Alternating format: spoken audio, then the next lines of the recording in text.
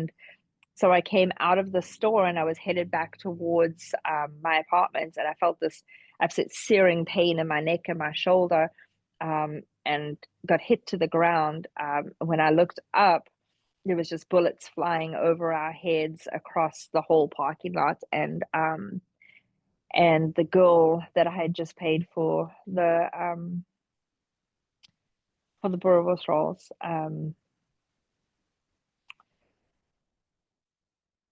So she was lying there in a pool of her own blood, and she reached her hand out at me, and I held her hand, and she mouthed the words to me that she was dying, and I told her not to be afraid and held her hand. Um, I luckily hadn't been shot, but the searing pain that I'd felt was from the butt of an AK-47, as five black men had jumped out of a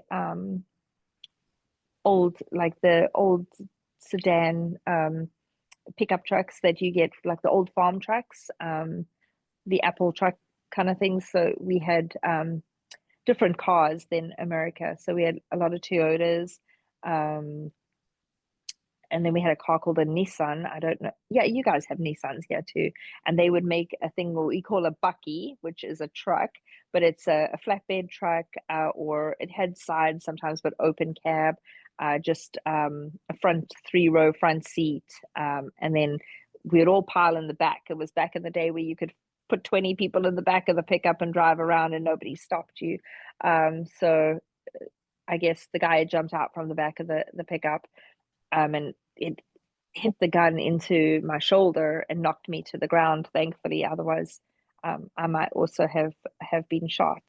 Um, but she took her last breaths holding my hand, and I just remember the bullets flying over our heads and people screaming and running. Um, and what was happening was they were robbing the armored truck. Um, on my mother's side, I am the great, great, great, great, great, five generations ancestor of Andres Pretorius, the fur tracker leader. So kind of like the pioneers here in America who started out on your East Coast and were British citizens and were promised land in the new Americas before it became America. And so the British would give, people parcels of land and say, go colonize this country that they had found. And then the people would work there and create, communities and farms and things like that. And then they'd pay their taxes back to the mainland, to Britain. So kind of those early days. So I think colonization of the world by the British Empire. And so your pioneers are the equivalent of our voortrekkers, which voortrekker is an Afrikaner word for the forefathers. The tracker is refers to like pulling the wagons. So tracking is to voyage to but on land, basically. Like it's a slow haul in a wagon, in like the ox wagons kind of thing. Because we had the same thing. You guys had the ox wagon type thing here.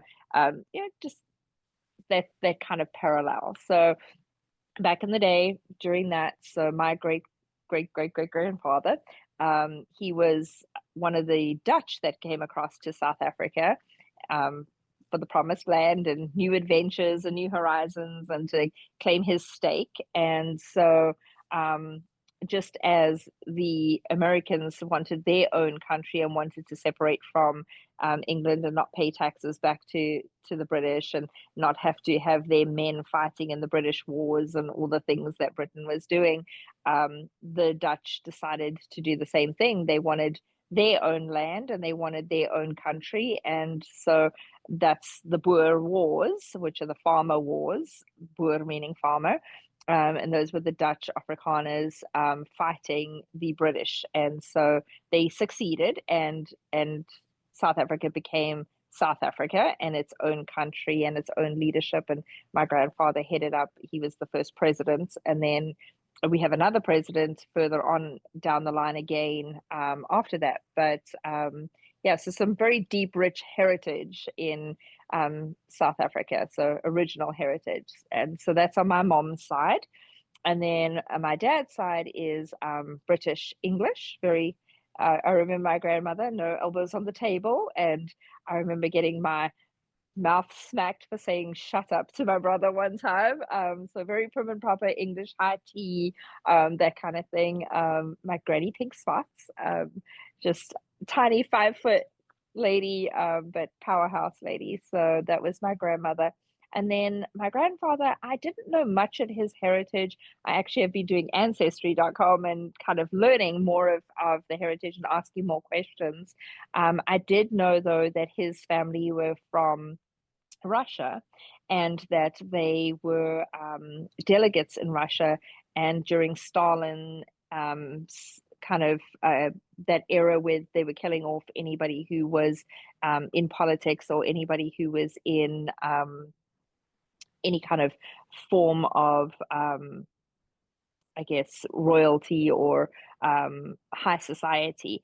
That his family had been threatened, and they were, and during that time they were those people were kind of being killed by, I don't know if it was Stalin himself or it was that, just in the general public, there was anarchy going on.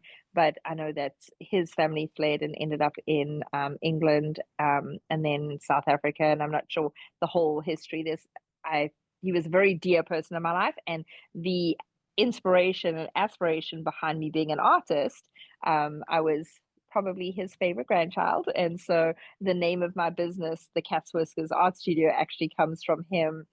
He used to do these little dioramas in his garage, and he did little still movies in black and white. And he was an artist, a watercolorist, and nobody was allowed to go and disturb Grandpa when he was doing his art. But I used to sneak down to go and see in his garage or his little studio that he had down there, and I would be standing by the door, just like watching in at what he was doing. He had built these model trains and these dioramas of the wars and stuff, and then do black and white film on it. And whenever he would notice me there, he would always get this big smile in his face. And a lot of times I remember him grabbing my cheeks and saying, "Aren't you just the cat's whiskers?" And which means, like, in the British culture, the best of the best, the creme de la creme. So the cat's whiskers has been my business name since I was 11 years old and first started my entrepreneurial journey, which I've never, given up. It's transformed into many different ways and many different businesses, but it was a little sand art business back when I was 11, trying to raise money to go on my first trip. There was a school trip. We were standard five, so that would be um, 5, 6, 7. So we seventh grade here in America. 12 years old, 11, 12. I was young. I kind of graduated much younger than most. Most graduate when they're 18. I only turned 18 in my first year of college, so I was young. I think so. I must have been about 10, 11 in seventh grade, and we we had this trip that they were going to Gold Reef City, which was in Johannesburg, which is where my great grandfather was originally, and where the I guess the political center of South Africa is Johannesburg, Pretoria. It's where the diamonds, the gold were kind of like the California gold rush area, and then Sacramento, which is just up the road from me here, where I am in Manteca, California. So it was kind of very similar in that kind of thing. It was the political head spot, like also like New York is to South Africa, and that's where all of the decision making was. And so the Fur Tracker Museum is actually there, and I desperately wanted to go and see that, being from the Fur Tracker heritage. And I was told that if I did get to go there, they would open the glass cabinet that our family Bible and our family tree book is, and they would let me turn the pages in it and turn to where my name was in the book, and then I could close the cabinet back down, showing my name in the family tree book. And anybody who had heritage can do the same thing. And so that was something, a thrill. But my parents were divorced at the time, and my mom was a struggling single mom.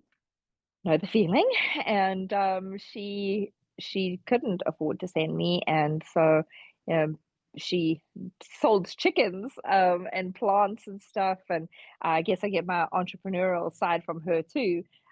She's always done something on the side and been very industrious and made money any way that she could, with her crafts and her arts and her talents, and so I think I got that from her.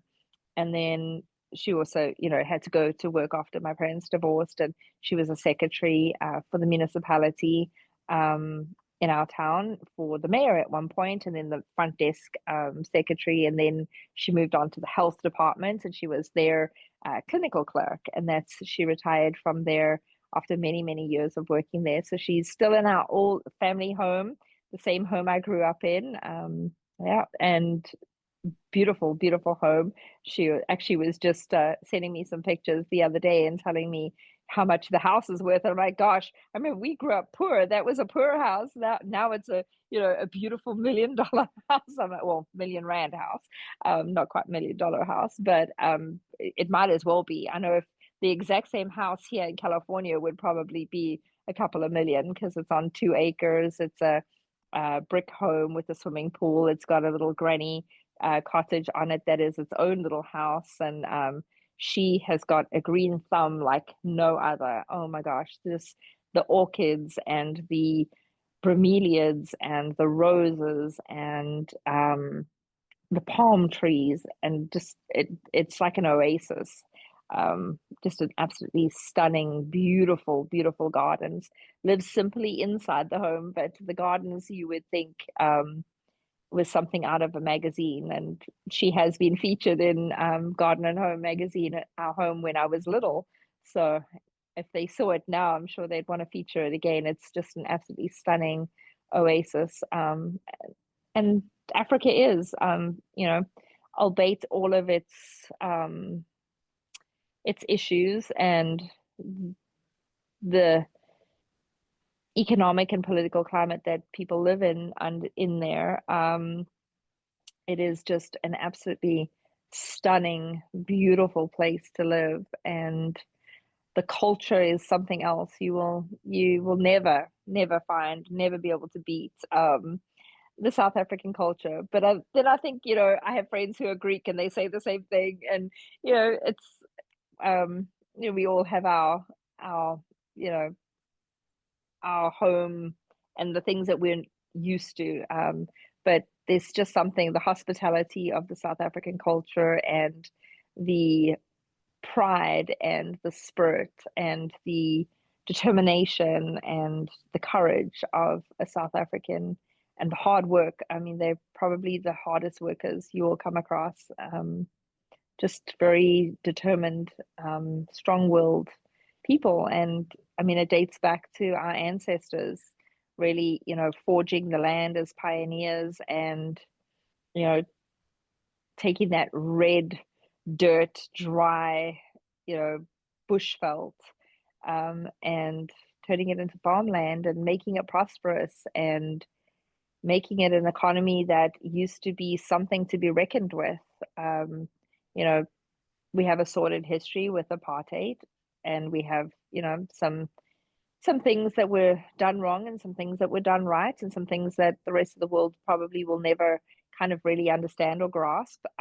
There were things that were very difficult as a child because I didn't ever, I wasn't brought up with racism or any of that in our home. And in fact, I have some really funny stories that I've told over the years, and a lot of my friends that from other cultures, and we've laughed together about how obstinate I was as a little kid and how much I got into trouble because I just didn't see color, and my parents didn't bring me up that way at all. They when they had to explain color to me eventually, one day, it was a very difficult conversation for them to have because I just did not grasp what they were talking about, and they didn't know how to explain it themselves, because we just weren't part of that. But it is part of the history of the country, and there is a lot that goes into that, but just it it's a beautiful country, and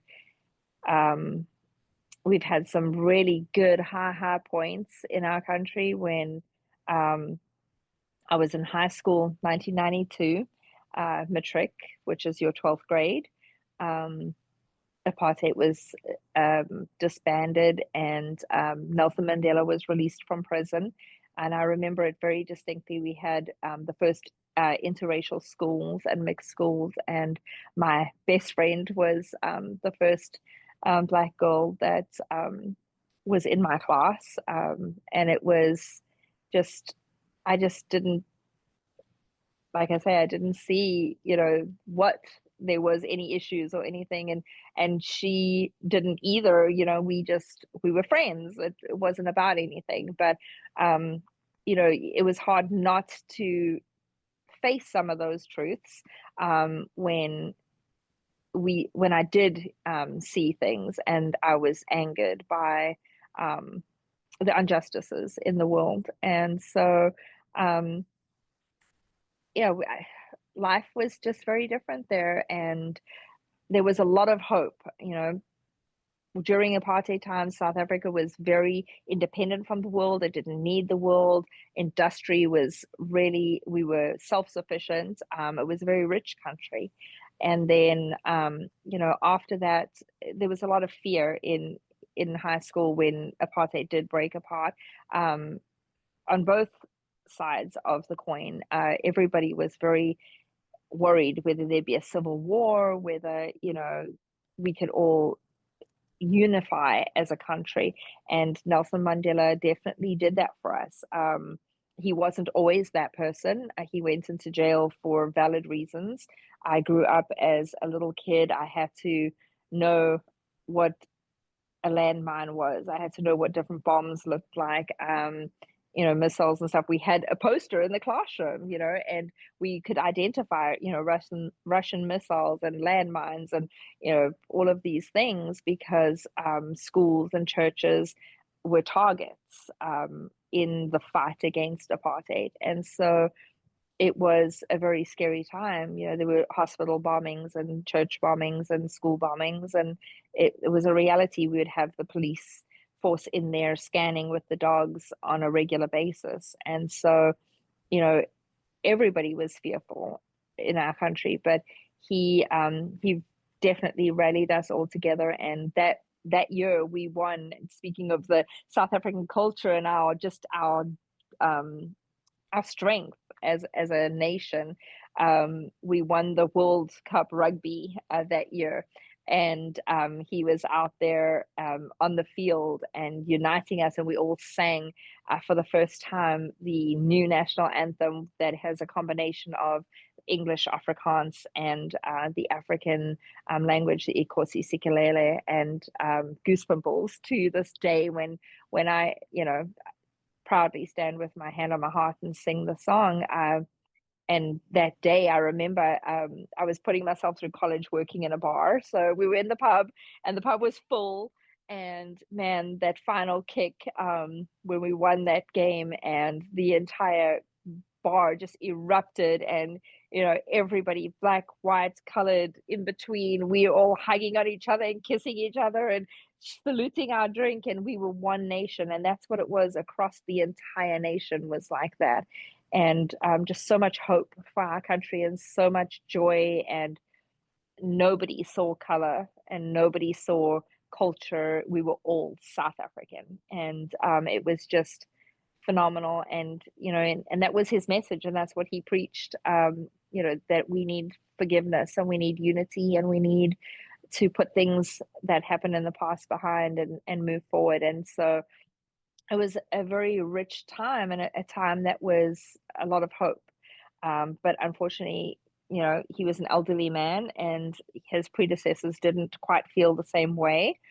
And so now, we have the government who is in place, who were his predecessors, and who were kind of the younger men that were standing shoulder to shoulder with him at that time. And so, then came the upheaval in the country as he stepped less and less out of power, and eventually his health was his demise. But if you ever want to know what South Africa is like, people often ask me that question. And I say to them, there's three movies that you have to watch. So, Hotel Rwanda, for the truth of the just the brutality of Africa, the brutality, the outside influence from other countries bringing in weaponry and things into the country, and then just the turmoil that happens. Africa's always been a country of a lot of turmoil. That's why we say the soils are red. I mean, it runs red with the fight with the blood. It's been from back in the Boer days, fighting the Boers and the British, the British fighting the colonialism of Africa, and then in amongst the tribes themselves and fighting for land. That is part of the richness, the sadness, the just the heart, the depth of Africa, that long history. And so that the soils run red, the soils run deep. So Hotel Rwanda is the sad truths.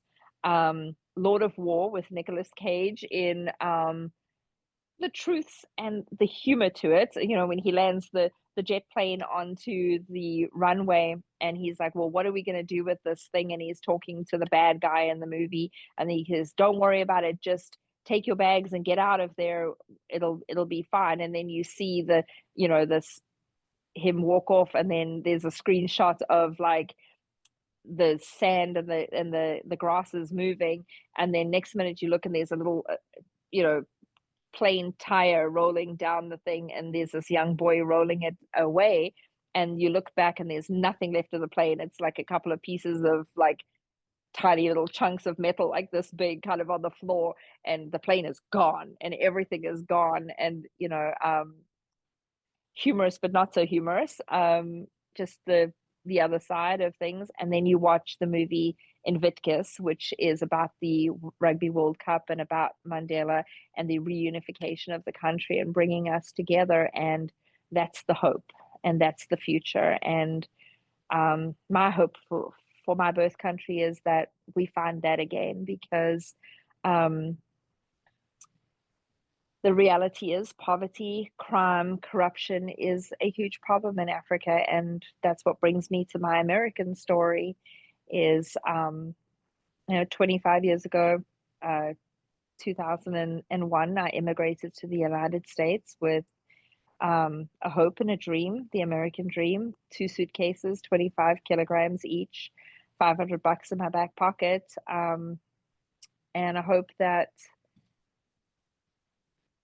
that dream in America would be alive. And I had to put my country behind me. It wasn't an easy decision. Definitely a lot of thought and contemplation went into it. I was leaving everything I knew behind: my culture, my food, my upbringing, my home. But I knew I'd already, I was in my late 20s, and I'd already asked my physician, who happened to be the same doctor that brought me into the world. So he was my very first doctor. So I had asked him for a hysterectomy. I did not want to bring children into South Africa. I knew, number one, as a woman, there wasn't a lot of opportunities for us. You could be a teacher, a nurse, a secretary. That was my choices going into education. I mean, you could try other things, but the patriarchy is very strong, and it was very much, this is the penhold careers for a woman, because we would get married and have children, and so then you'd be a stay-at-home mom, and so then why are we educating you? So kind of thing was the underlying feel, and at times the actual words that came out of some people that I remember hearing those words spoken to me myself when I was saying, well, I want to be a lawyer, or I want to do art for a living, and I was told, do you want to starve to death? And what, you want to be a lawyer? No, that's a man's job. So just a different world, different world than today. I think there's still parts of America. I have experienced the good old boys club here. I guess we'll get into that story later on my travels through America. The good old boy club, it's alive and well here too, but not probably to the extent of growing up in South Africa in a man's world. Um, Very much. I think I would get into a lot of trouble if I had to go back. I have never been back. I When I made that decision to leave South Africa, it was the decision that I would be coming to America and that this would be my new home and that I would be doing it fully and 100%. It was it was hard. Um, Leaving everything behind. But I knew if I did it, I was going to be making that decision for sure, and it would be a permanent decision.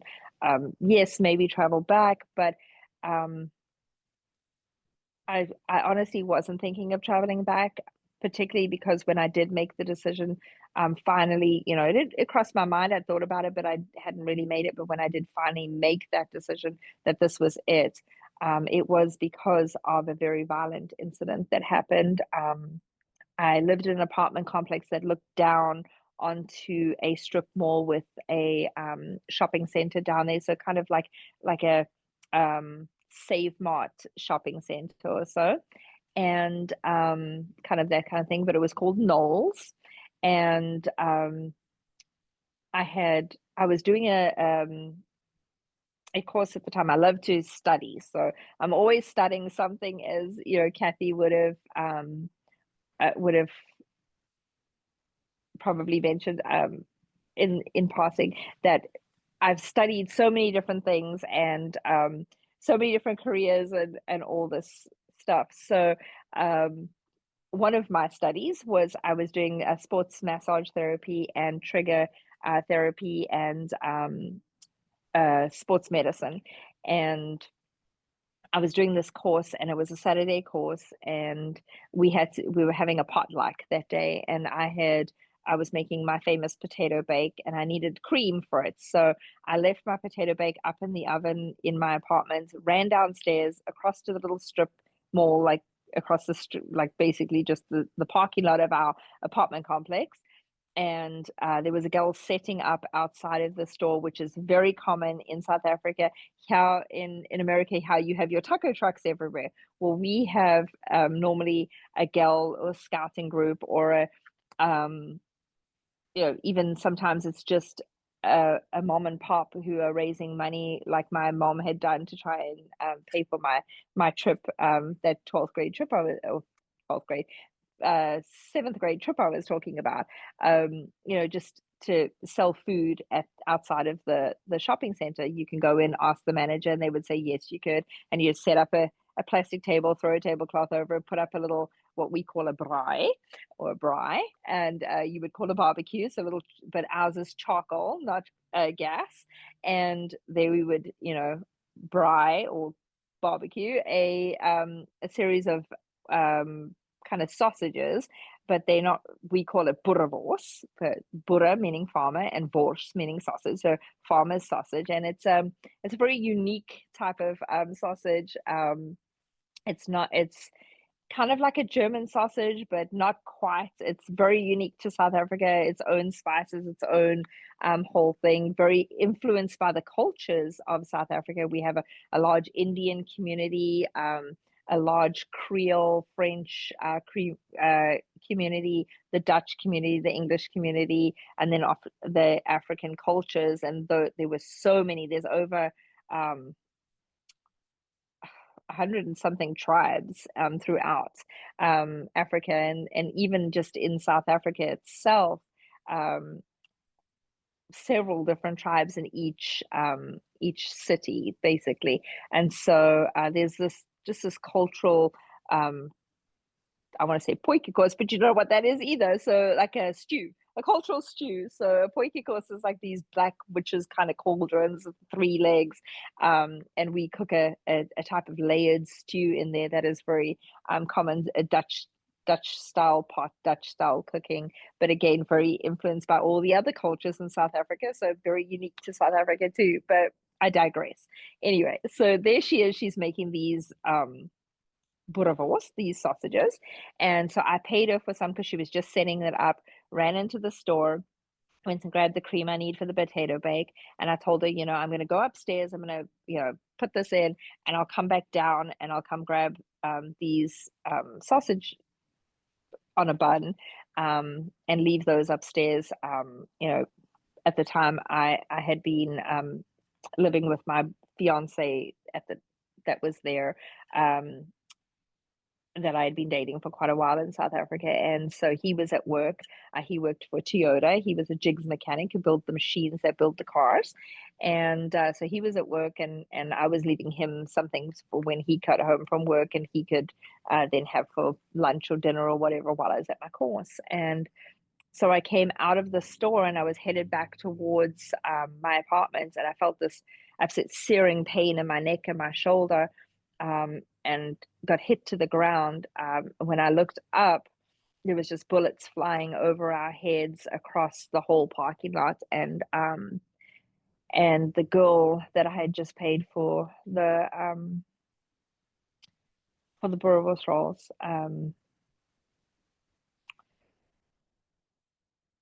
So she was lying there in a pool of her own blood, and she reached her hand out at me, and I held her hand, and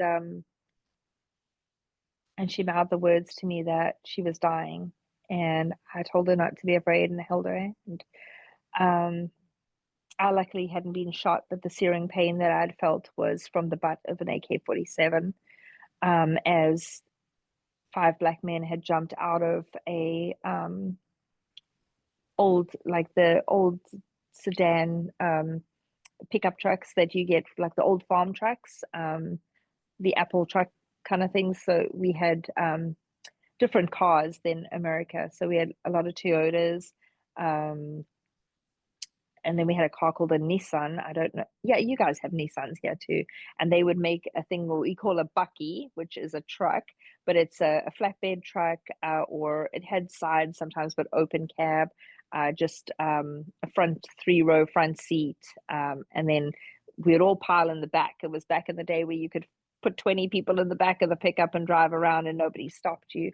So I guess the guy had jumped out from the back of the pickup, and it hit the gun into my shoulder and knocked me to the ground, thankfully. Otherwise, I might also have been shot.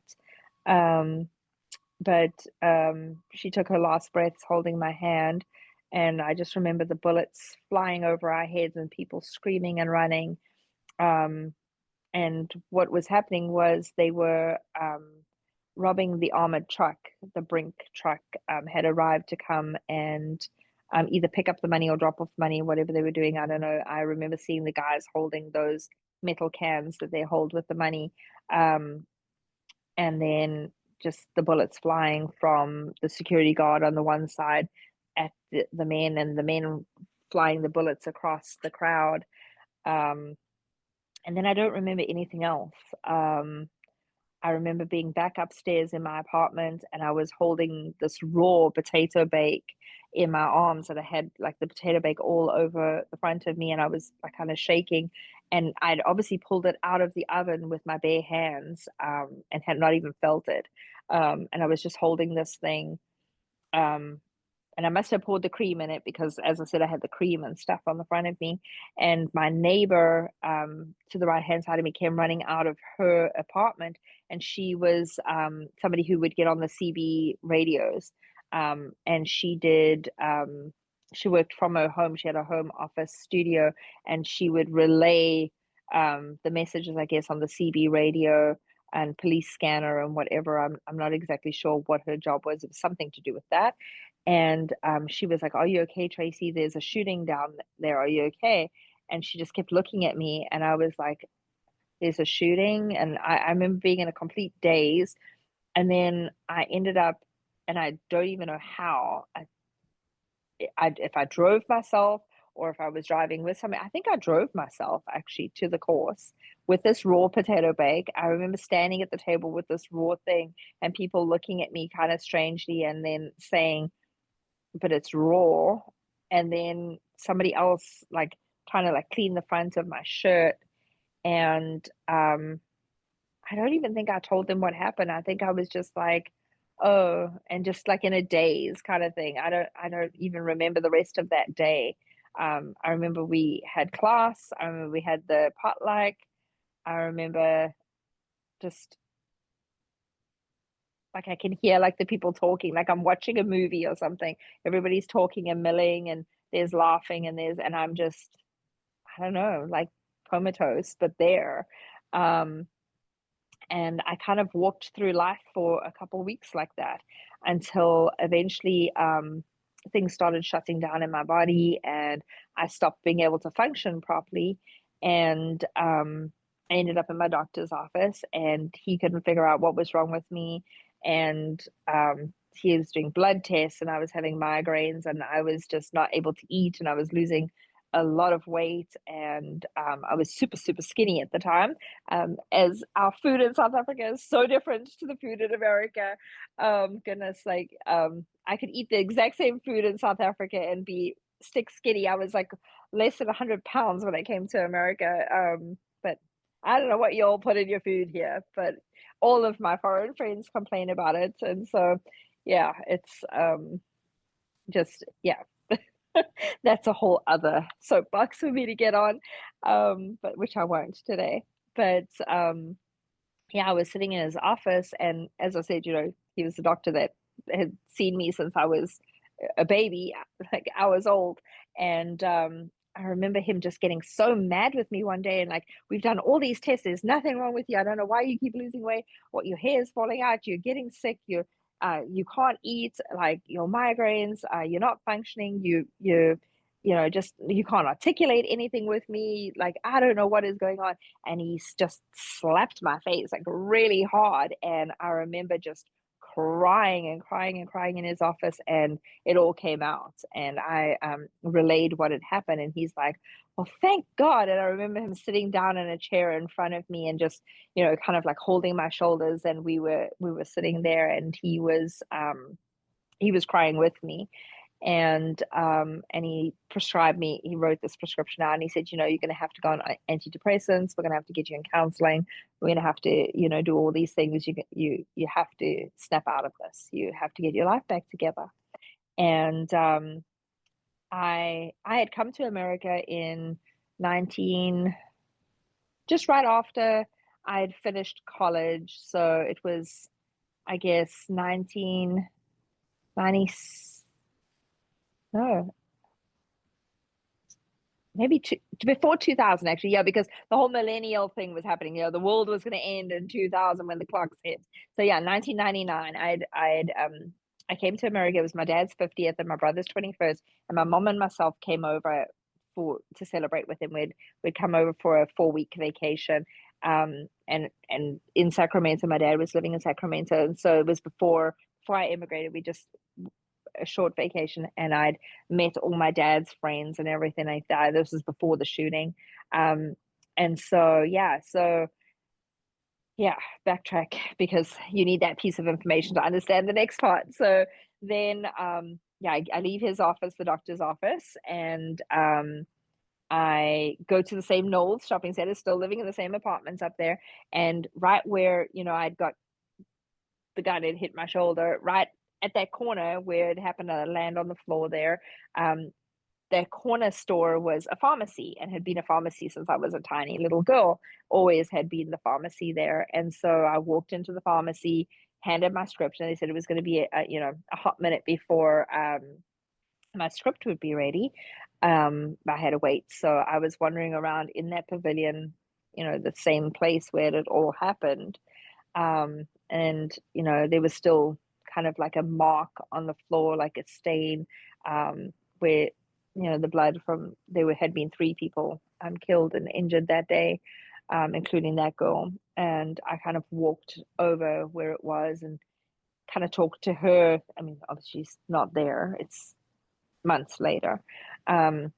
but just had just talking to her spirit, I guess, and just standing there, just contemplating everything, and just thinking about my options in life, and what I was going to do. And I knew if I took that medication and I went down that road, I was just going to stay in this comatose kind of state. My body would come back. I would, you know, hopefully stop losing my hair. I'd hopefully gain weight. I'd hopefully be able to work and function properly and, go about life properly. But I would numb myself to the realities of life, and I didn't feel much hope. And like I'd said, I'd asked my doctor for a hysterectomy in my 20s, saying there's no ways I'm bringing kids. And I was thinking, well, I'm going to stay a school teacher and a spinster, and that, because I was having problems with the boyfriend, and thinking, I wanted to end that too. And I was like, it wasn't working out. And, I just wanted to be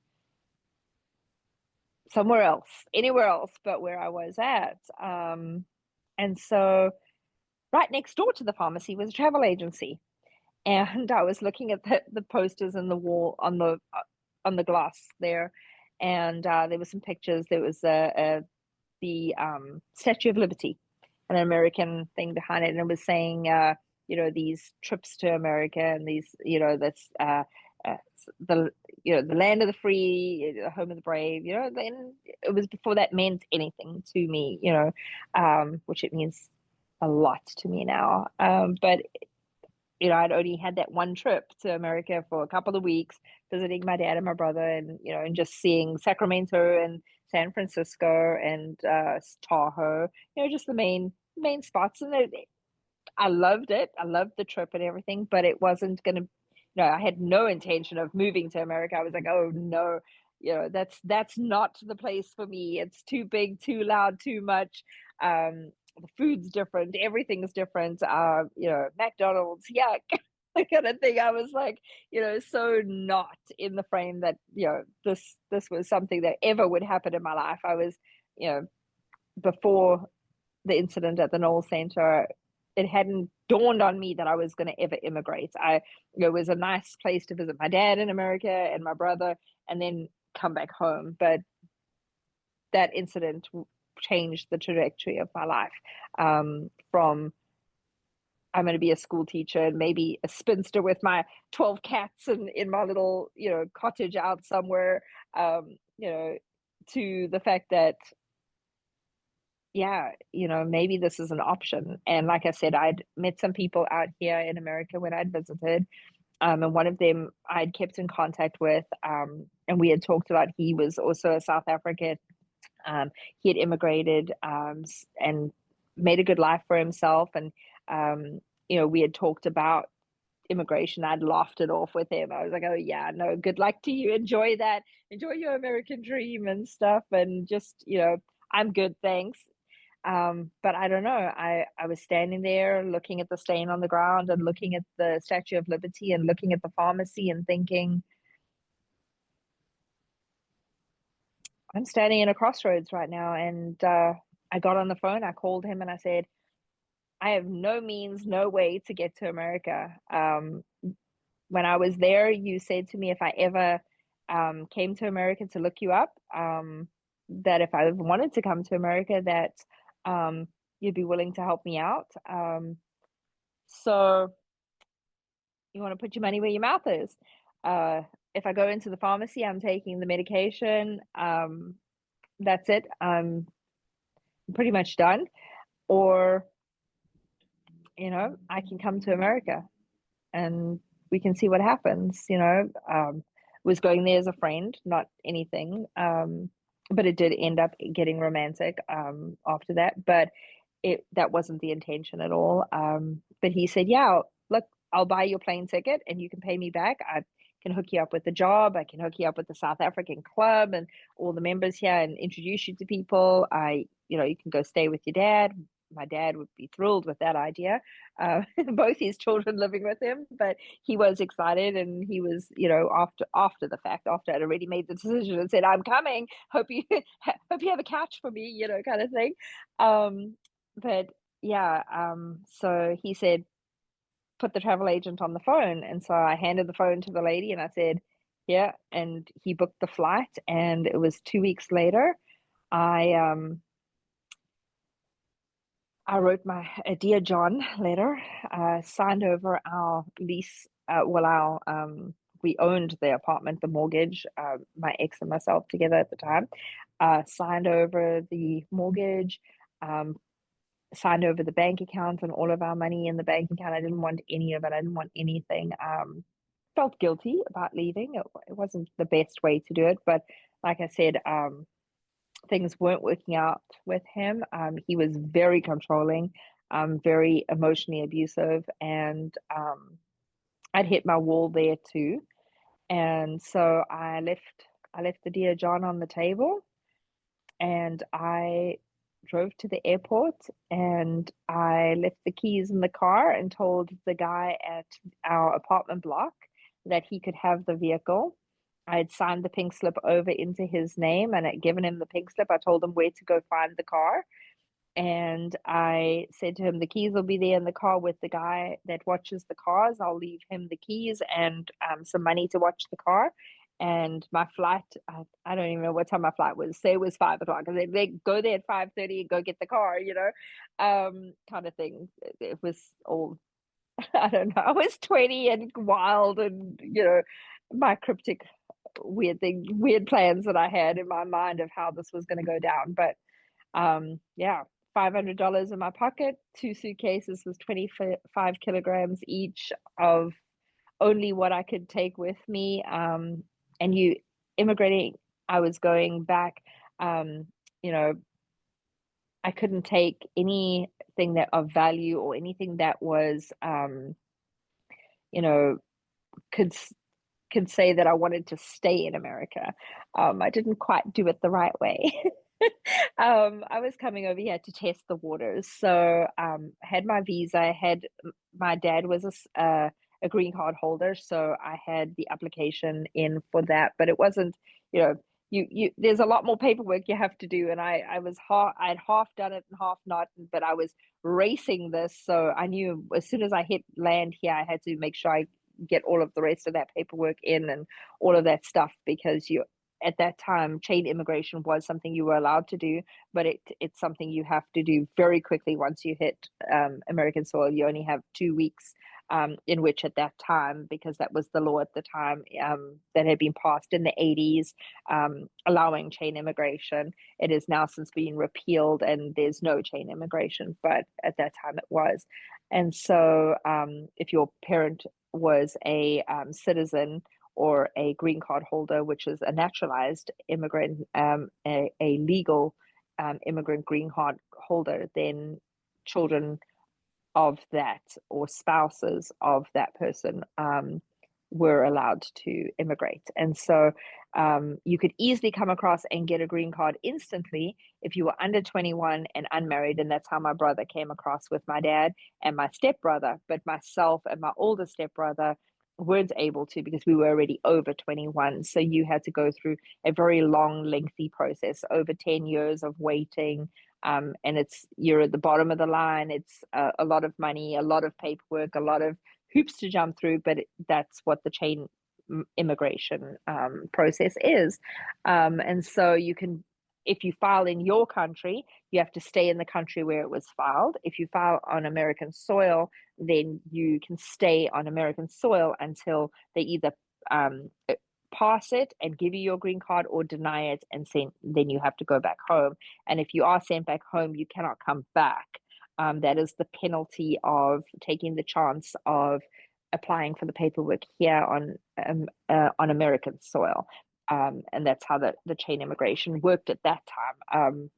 The laws have changed a lot since then, and it's a whole different ballgame. But that was the case, and we filed all the paperwork, did all the stuff when I landed here, and just went about life. The American dream was alive and well here. I have done probably more things than most people. I probably lived about 12 lifetimes in my lifetime, I guess.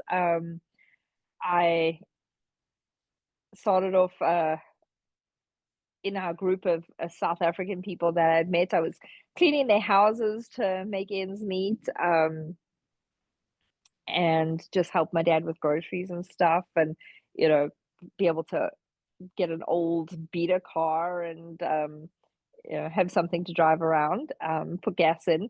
I remember at the time a funnier story. So my dad, I'd never filled my own gas, right? So because you don't in South Africa, you pull up to the gas station, the guy runs out, one, you know, cleans the windows, one guy opens the gas tank and starts pumping your gas, and you hand your cash or your card out the window, and he takes your cash, runs inside, gets you change, or he goes and swipes your card inside, and then he comes back and, you know, gives you your card, and you sit there, and they pop the trunk and they check your oil and stuff. So I'd never done any of that. They check your tire pressure, fix that as well.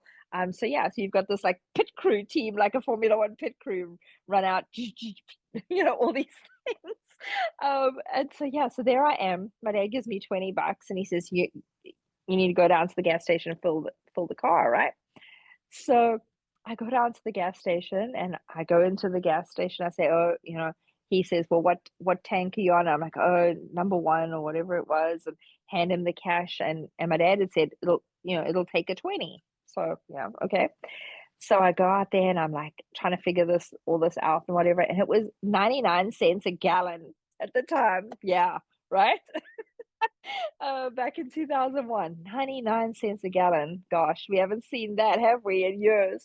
Um, but there I am, and so I unscrew the thing and pop the gas in, and I'm filling the gas up, and you know, the numbers going, and then I don't know, like when it clicks, that means it's done. You know, I never filled my own gas before, and I don't know why my dad didn't take me to show me how to do it, but he didn't. So there I am. I'm like, click, click, keep going, right? And then the gas is coming out of the car and like coming down on my feet, but I haven't hit the 20 yet. So I'm thinking, why is it like it's not 20 yet, but this is full? Like, what's going on here?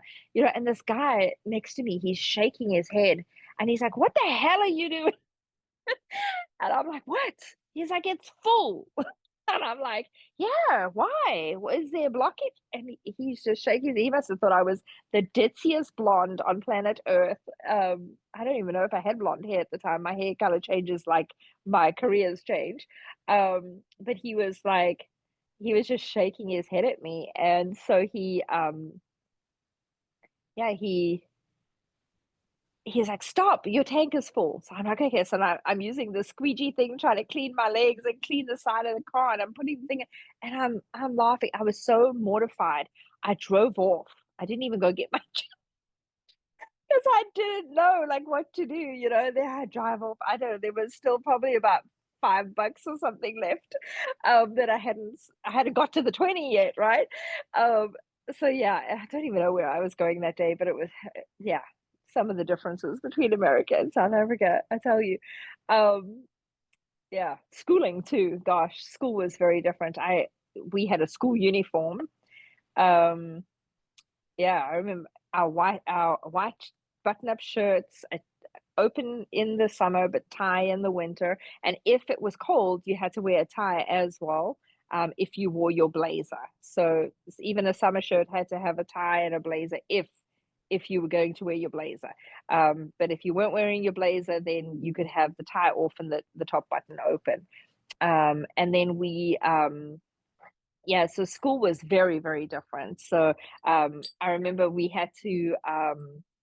wore a blue skirt, uh, and we would have to kneel on the floor, and two fingers, like the skirt couldn't be shorter than two fingers from the knee at any time. And then our hair always had to be pinned up and tied up. You couldn't have your hair down. We weren't even allowed to color our hair, although most of us would get away with that.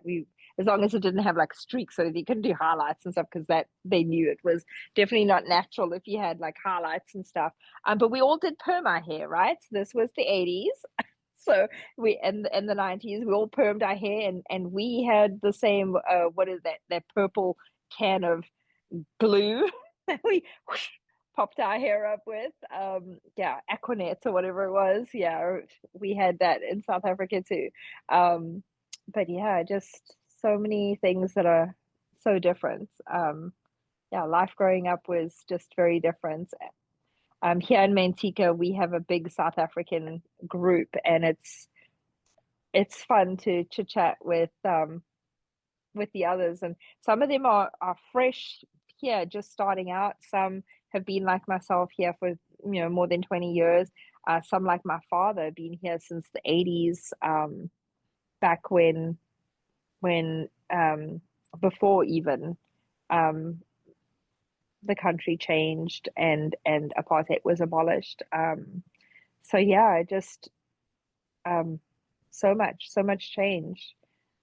So yeah, I have my art gallery here, and we have another South African artist who is here. And we were having a good conversation the other day because he is a colored man, which means that he has a mixed race.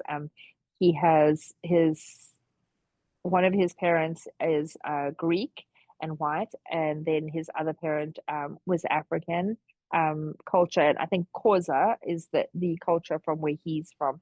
He is from Cape Town. Um, and so he was known in our country as a Cape Colored. And life for him was very different, way different than mine, even.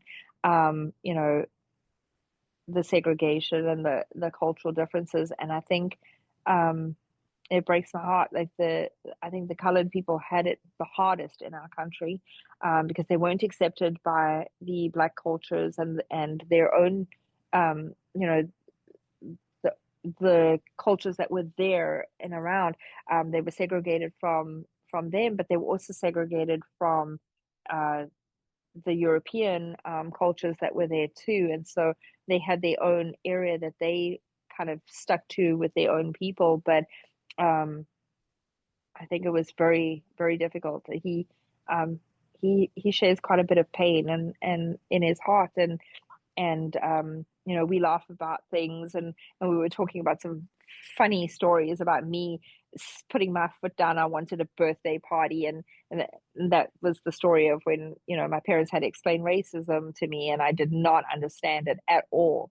I wanted a birthday party, and I wanted to invite all my friends because I played with all of my friends in my town of all colors. I didn't see race or color or anything. I had Indian friends and African friends and colored friends and white friends, and obviously they weren't all at school with me because it was still during the segregation times before 1992. This was middle school, actually elementary school age. I think I was 9 at the time. Um, and I wanted a birthday party and I wanted all my friends there. And unfortunately, my family had to explain that, my friends, it would be dangerous for their families to come to our home. They couldn't come there to have a party like that. And that, dad's work friends, their families, it would be dangerous for them to meet. And we could all get into a lot of trouble and stuff. And I was like, what do you mean?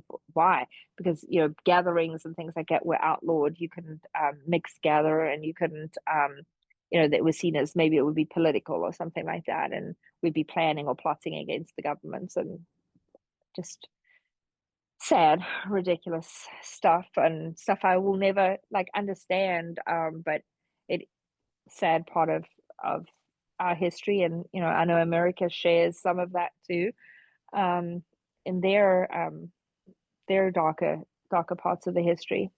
Um, but yeah, so it was we were laughing about it, but also sadly laughing about how I then left my birthday party. I had a big hissy fit when it was only the European kids that were allowed to be at my birthday party, and they all were arriving. And I was getting madder and madder and madder that I couldn't have, all my friends there. And you know, my parents were sad about it too, but the realities of life as it was, they were trying to still throw me a birthday party. And I remember just smacking my hands down on the cake like the petulant little monster like I was when it came to social injustices. And I'm probably still somewhat that way, very feisty, and can be very hard headed when it comes to if I feel something is unjust. And so, yeah, I smacked my hands down in that cake and I stormed off. And I remember I got under the bob fence, and off I went, under the chain link fence and the barbed wire, and off I went into the field, and I spent the day swimming in the river with my black and colored and Indian friends, and a couple of the white friends who had said they weren't coming to the party but knew where we were going to all be. And we ate mud cakes and mulberry pies and fished in the river and cooked a fish on the open flame and just, had our party. And so, yeah, it was probably the best birthday party ever. But man, my honey wasn't quite happy when I got home and got a spanking for being petulant and embarrassing my poor dad, who was very high up in his company as a civil engineer, and there were very important people at the party, and I had embarrassed my family by being disrespectful, and it wasn't really nice of me to, you know, slap my hands on my own cake. My mom had baked from scratch that we didn't have box cakes and all of that stuff growing up, and there wasn't you just go to the store and buy a cake. It was from home with flour and eggs and water and milk, and so that you know justifiably angry, but also not respectful to my family. And so, yeah, I got my butt tanned. How do they say? My back porch painted red that night. So, but yeah, um, just a different way of life, I guess, right? So, yeah.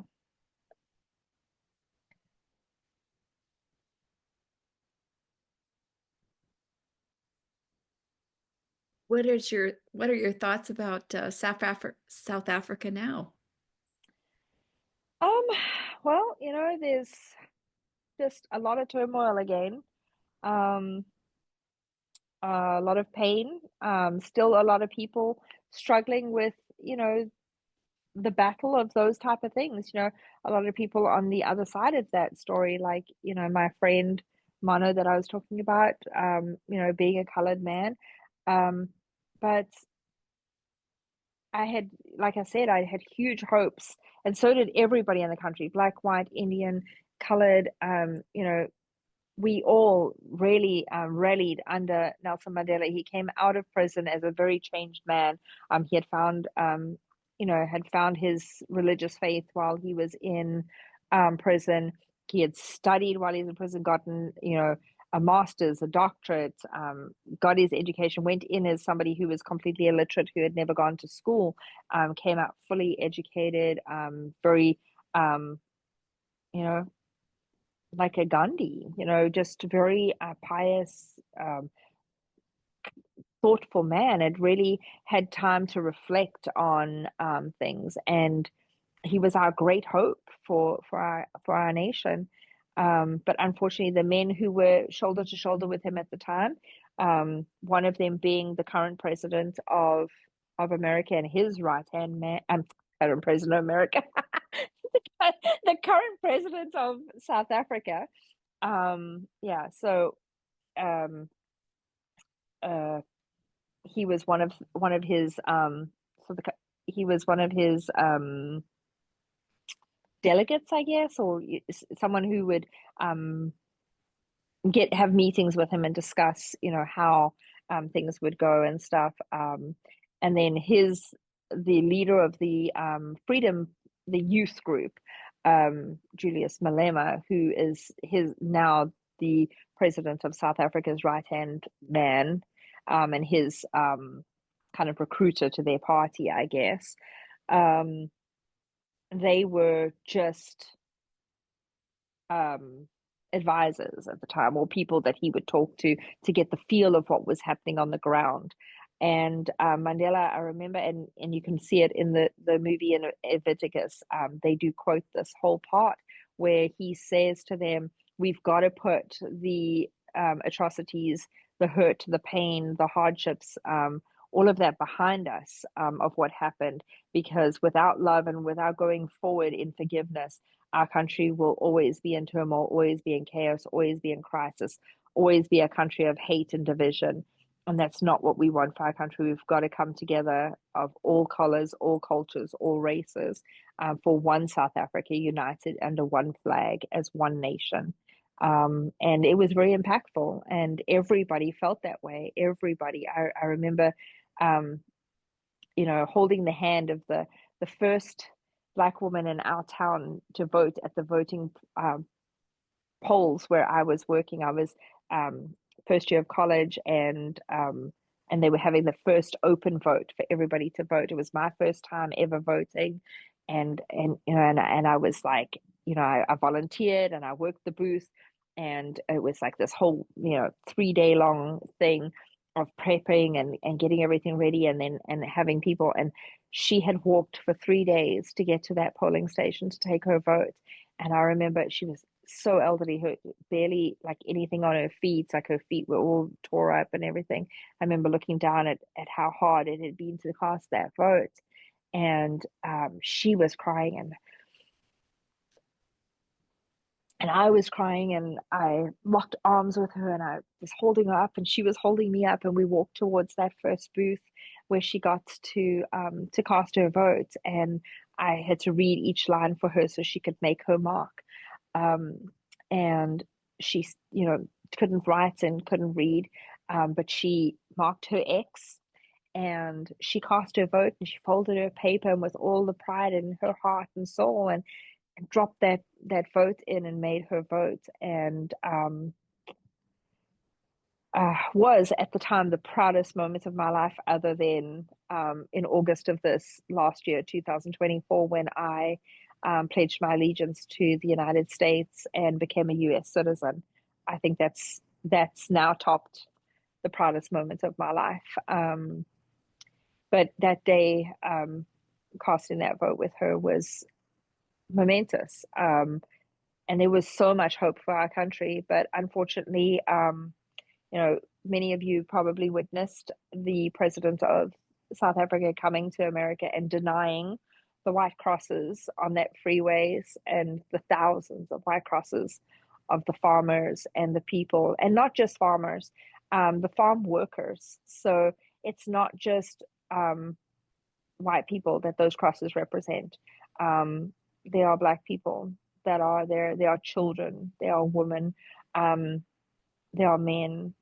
And it's the most heinous, horrific crimes and tortures and just unimaginable things that would make serial killers skin crawl. The things that go on in those murders, they are not anything. They are not anything that you even want to think about. And for him to sit there and deny them just is an absolute atrocity.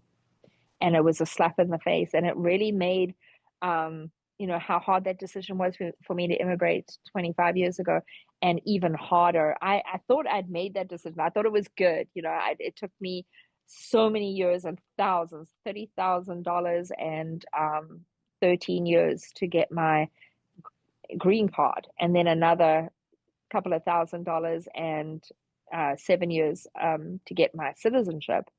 It's not an easy process when you do it legally. It is not an easy process at all. A lot of paperwork, a lot of medical visits, a lot of proof of abilities, and just there's a lot that goes into it that most even the test, the civics test, and all of that. I was making my children, I was shocked. My American children did not know the answers to the questions that I was going to have to face to get my citizenship. And I was educating them on the political system and how everything works and the government in America. And I'm like, hey guys, this is not okay. So I made them study with me. They had to be able to answer those questions like I had to be able to answer them. I was like, you guys are going to know what I know. This every American should know this to be able to stand there and hold that flag and call yourself an American. So I was pretty adamant. I was kind of probably a little more forceful than I probably should have been, but I was like, no way, like this is you're Americans, you better know this stuff. So yeah, for him to sit there and say he doesn't know what those crosses are was a real slap in the face, because his right hand man and I posted it on my Facebook. I was livid. I posted him screaming his message, one bullet for one farmer, one bullet, one boer. His message to me as a person who had immigrated and to our fellow immigrants that our people who were still in South Africa, like my mom who still lives there, would wish that they were the rats that ran over the sea, referring to me and other immigrants. You know, that once they were finished with our people back in South Africa, that they would wish that they had been traitors, like we are called in our country by the government because we immigrated and renounced our citizenship. And so for me to know that I've heard him sing those songs and their freedom songs that they call them, which are very hateful rhetoric on murdering people for their political agenda. Um, it's yeah, and it's not just murder. And they go in and they wipe out all the farm workers, the farmer, the farmer's wife, the children, the animals. Torture, terrible tortures and cruelty and just barbaric savageness across the board to the animals, the children, the workers, anybody that's on that piece of land they see as fair game for what they are doing. And so those crosses represent all of those people and that have suffered at the hand of this corruption and this political power play, and the games that are happening in South Africa. And yes, we have poverty and we have crime and we have things that, but we have so much corruption in the government, and it's across the board in Africa. Africa has always been a country of a lot of this, funded by European countries and other countries around the world. It's arming, other, arming factions against each other, and just the political play and all of that. I mean, I don't know what the answer to it is. But just as an outsider seeing that stuff, and then also being, in South Africa and feeling that and growing up in that and knowing, as a little kid, my 9-year-old who's here in America who only knows freedom, would have grown up knowing bombs and knowing, what to listen for if you've stepped on a landmine. I can't even fathom that, but that's how we grew up. So yeah, and then to have him sit there while President Trump is asking him if he, about what's going on in South Africa and him denying it, was just, yeah, it was a huge slap in the face because a couple years ago, probably I'd say 3 to 5 years ago, our entire country shut down where all the truckers and cars, black, white, Indian, everybody who is against this crime and this just brutality in our country parked their vehicles on all the freeways across the country all at the same time and stopped anybody from moving. And they refused to start their cars back up until the president of South Africa acknowledged those white crosses. So for him to sit there in the, in America, on American soil, in that chair and look at, the TV and look at the people and talking to the people of America and talking to President Trump and saying he knew nothing of those crosses, that just makes my blood boil because he damn well does know what those crosses are. And he's part of the problem, as is his right hand man who's still screaming for that. So, that was hard, and really made me go, thank God I am American now. It made how hard it was. I have a video of me standing with thousands of people around me in Sacramento at my swearing in ceremony, when I became an American in August of last year, and standing there with my American flag in my hand. And it was a big deal for me, because I didn't just do it lightly. I knew that there is a part of that ceremony where you renounce your citizenship to your birth country, and being from the original ancestors of my country, that was hard for me. I felt like I was slapping them in the face for their blood that they shed, to fight the British, to, to become South Africa, and then just a slap in the face to my family who had immigrated to South Africa and been part of, the culture and the community, and bringing, you know, their us up there. And then my gogo, oh, I miss her every day of my life. She was the mom to me that, you know, that I needed. So my, we Celia, we had maids that worked in our homes and lived in our homes. She had her own little house attached to my house, like a little granny cottage, and it had a bedroom and a little kitchenette and her bathroom. And she took care of us kids. And, my mom was working all the time, and my dad was gone, and she was my mom. She made sure my homework was done. She made sure that I made my bed, and I, cleaned my room, and I washed my uniform and hung it up and got ready for school the next day, that I did my homework. I don't remember my mom or dad ever looking at my homework book, but my Celia did. My Gogo, she did. Gogo in Zulu means grandma, or uh, it's it's kind of like it's a mom, but it's more than that.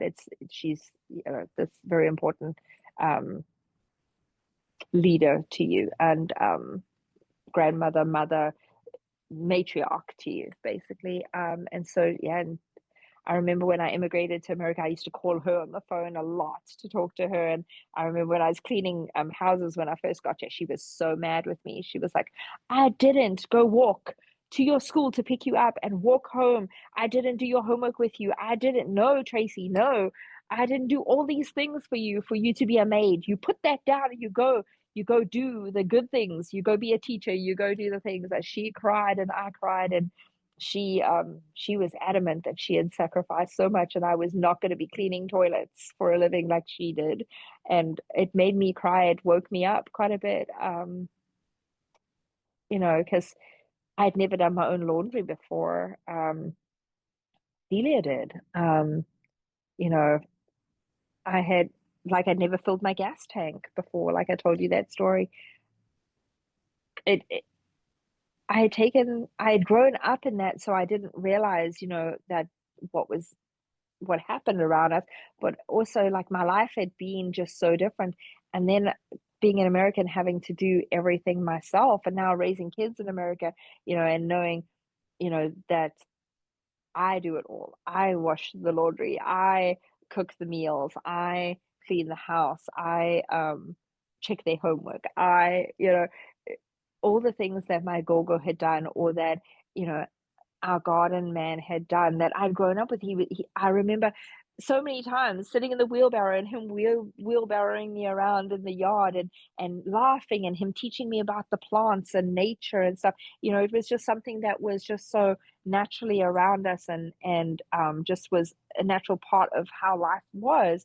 But I now realize how privileged I grew up, and it was so normal part of life. But it's like there's so much guilt and so much also joy. And, like, obviously, I loved them so much, and they loved me so much. And, you know um it wasn't slavery. There was no slavery in South Africa. It was a paid job, but it wasn't also an equal paid job. So the injustice of that does still hit home, and I can understand the anger and the frustration, and the it wasn't a level playing field. And I understand the hurts and the pains, and, you know, and the privilege that I had growing up the way I did, um, and in the culture that I did too. But um, it doesn't warrant the the heinous, heinous murders, and just the things that are happening in my country, in my birth country, because this is my country, America is my country. But in my birth country, it does not warrant that. It saddens me, and I don't know what the answers are. I really don't. I don't, and I don't know that anyone has the answers for it. But something has to change.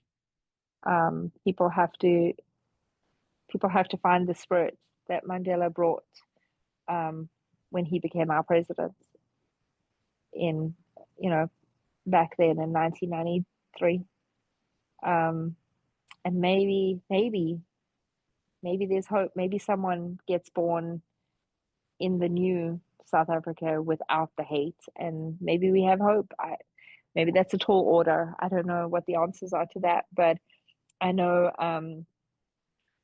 my family are American. I am American now, American citizen, and very proud of that. It was very hard to renounce and say those words, but then when I see the South African president sit there and say he doesn't know what those crosses are, it makes the sting of renouncing my South African citizenship and knowing with all my heart and soul that was the best decision for my life, because America can give me and has given me everything that my birth country never could.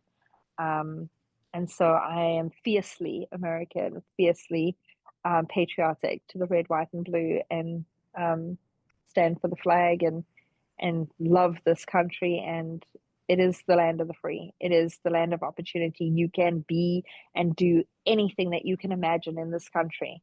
You have the opportunity to do, and I pass that on to my kids. Whatever you can dream, you can make happen here. Uh, I came over here with 2 suitcases and $500. I've owned a Montessori school. I've uh, got more degrees. I've got, I own an art studio, an art gallery here in Manteca. My art business, my paint parties, and I share entrepreneurship and beating um, you know, beating that old tale of art cannot be a sustainable living. Yes, it can. We are going to crush that old wives' sale or whatever it's called, that fallacy. And as art entrepreneurs, you can make a living from your art. You can be a business owner. You can do these things as a woman. You can be a business owner.